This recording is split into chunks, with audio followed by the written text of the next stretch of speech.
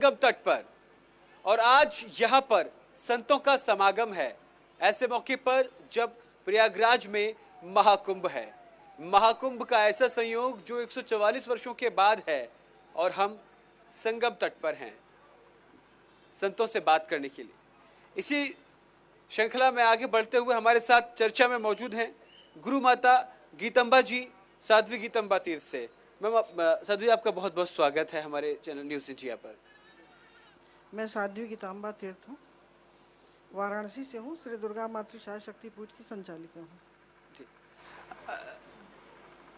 गुरु माता, जिस तरीके से हम यहाँ देख रहे हैं प्रयागराज में महाकुंभ का आयोजन किया जा रहा है, रिकॉर्ड तोड़ श्रद्धालु यहाँ पर आ रहे हैं। देखने को मिल रहा है कि जो यहाँ व्यवस्थाएं हैं वो चाक चौबंद हैं। बिल्कुल है। और कुंभ जो हमारे यहाँ है वो तो मनवंतर से चला आ रहा है, सतयुग से नहीं, मनवंतर से है। क्योंकि जब समुद्र मंथन हुआ था तो अमृत कुंभ निकलने के पहले ही धन्वंतरी ने हमारे यहाँ आयुर्वेद का कुंभ लेकर के वो प्रकट हुए थे। भगवती सीता जो है वो कुंभ से प्रकट हुई थी। हमारे यहाँ अगस्त ऋषि भी कुंभ से प्रकट हुए थे, इसलिए हमारे यहाँ इनको भी, अगस्त ऋषि को भी कुंभज ऋषि कहा जाता है। तो ये कुंभ जो है, हम इनका, इस कुंभ का नहीं, एक तरह से देखा जाए तो हर घर में हमारे यहाँ जब प्रतिपदा, हमारे यहाँ जब नया साल आता है, प्रतिपदा चैत्र नवरात्र का आता है, तो हम कुंभ से ही अपने नए साल का स्वागत करते हैं। तो हमारे यहाँ कुंभ का बहुत ही महत्व है। और कुंभ को लेकर के, चाहे यहाँ का कुंभ हो, चाहे घर घर का कुंभ हो, कुंभ तो कुंभ ही है। भगवती आदिशक्ति महामाया सीता भी कुंभ से ही प्रकट हुई हैं। और अगर देखा जाए तो हमारे यहाँ भगवान ब्रह्मा ने भगवती आदिशक्ति गंगा को भी कुंभ में ही लेकर के उन्होंने भगवान शंकर को दिया था। भगवान शंकर ने अपनी जटा में रखा था। तो गंगा गंगेत ये बुरियात योजना नाम सतैरपि मुच्यते सर्व पापेभ्य विष्णु लोकच्च गच्छति। भगवती आदिशक्ति महामाया गंगा का जो है उनका अलग ही महिमा है। और कुंभ के माध्यम से, चाहे जिसमें माध्यम से हमारे यहाँ सनातनी आते हैं, गंगा मैया किसी को निमंत्रण नहीं देती हैं, यमुना मैया किसी को निमंत्रण नहीं देती हैं, सरस्वती मैया किसी को निमंत्रण नहीं देती हैं। लेकिन हमारे यहाँ कहा गया सृष्टि स्थिति विनाशानाम शक्ति भूते सनातनी गुणाश्रय गुणमय नारायणी नमस्ते। तीनों महाशक्तियों को प्रणाम करने के लिए ऋषि मुनि महर्षि, यहाँ तक कि 1 महीने के लिए सारे देवी देवता भी यहाँ आते हैं, निवास करते हैं। ऐसा मेरा शास्त्र कहता है। और हम लोग इसको महसूस भी करते हैं, ऐसा नहीं कि महसूस नहीं करते हैं, महसूस करते हैं। हमारे यहाँ साधु आते हैं। हमारे यहाँ साधु, भगवान हनुमान जी जब लंका में गए थे तो उनको भी 3 लोग मिले थे, 3 नहीं 4 मिले थे। पहला वो मिला था ज्योतिषी, दूसरा साधु, तीसरा संत और चौथा सन्यासी। 4 लोगों से मुलाकात सुंदरकांड में भगवान हनुमान जी ने किया था। सबसे पहले उन्होंने लंकिनी का सामना किया था, जिसने भविष्यवाणी किया था कि भगवान राम के दूत तुम हो, हम मान गए। बस एक मुटिका में उन्होंने मान लिया कि भगवान राम के तो शिष्य हो, मैंने मान लिया। भगवान राम की सूचना लेकर के आए, मैंने मान लिया।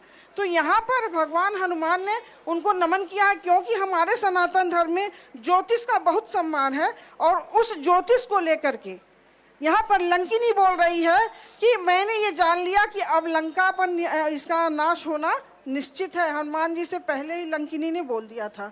और हनुमान जी ने परिचय भी नहीं कराया था, उसने कह दिया मैंने राम का दूत देख लिया, भगवान राम का दूत आ गया। तो इसको हमारे यहाँ क्या कहा जाता है? ज्योतिष कहा जाता है। और ज्योतिष गणना में अगर आप देखिए तो हमारे सनातन धर्म में 4 हैं। पहले ज्योतिष हनुमान जी को मिले हैं, दूसरे साधु मिले हैं। साधु कैसे मिले हैं? जब हनुमान जी पूरी लंका में जाकर के भ्रमण करते हैं तो उनको कोई नहीं दिखता है और बड़े उदास होते हैं, तब उनको कौन दिखता है?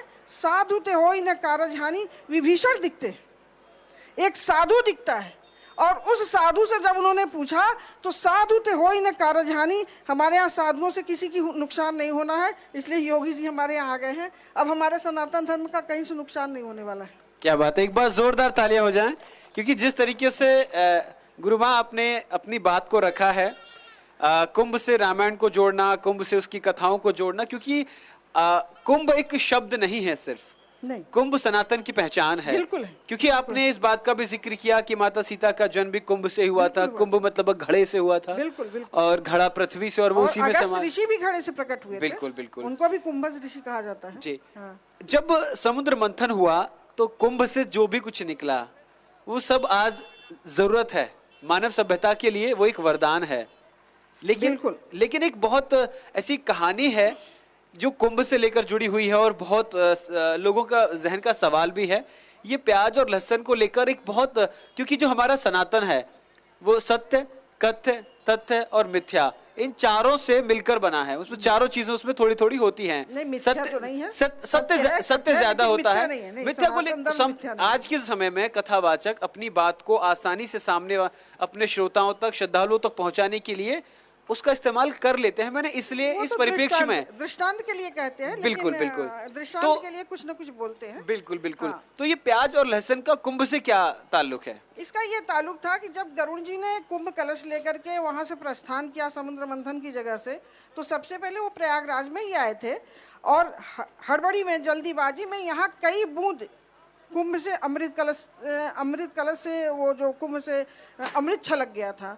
तो छलकने के बाद यहाँ पर बहुत ही अकाल पड़ा था। कई महात्मा चले गए थे यहाँ से छोड़ के। एक साधु बहुत ही बड़े थे तो वो रुक गए थे। वो यहाँ रुक गए थे इसलिए कि भाई उनको चला नहीं जा रहा था और अकाल पड़ा था।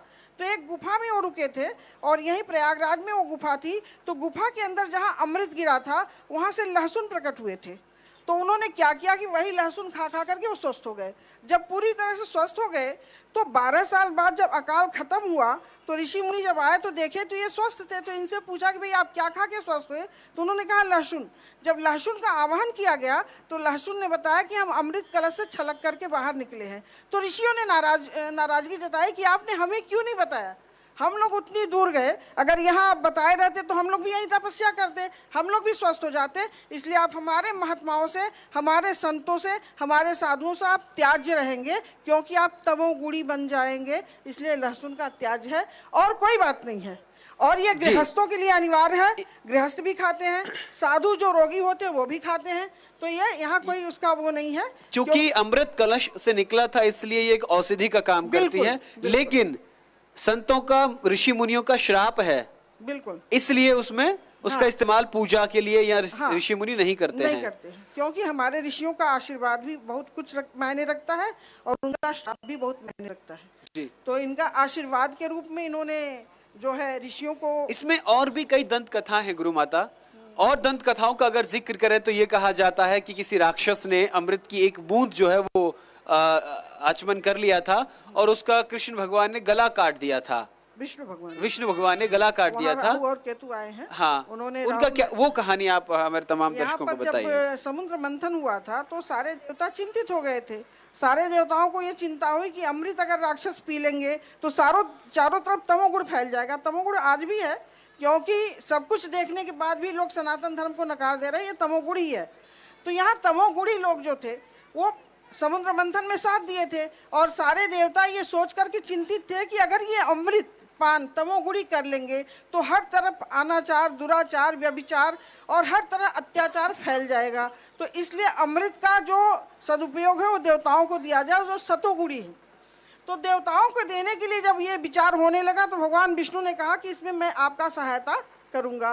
तो यहाँ भगवान विष्णु ने मोहिनी का रूप धारण करके उन्होंने 2 पंक्ति तैयार किया, एक तरफ दानवों की पंक्ति तैयार किया और एक तरफ देवताओं की पंक्ति तैयार किया। तो उसमें उन्होंने कहा कि मैं देवताओं को पहले अमृत पिलाऊंगी, बाद में दानवों को पिलाऊंगी। तो हुआ कि ठीक है।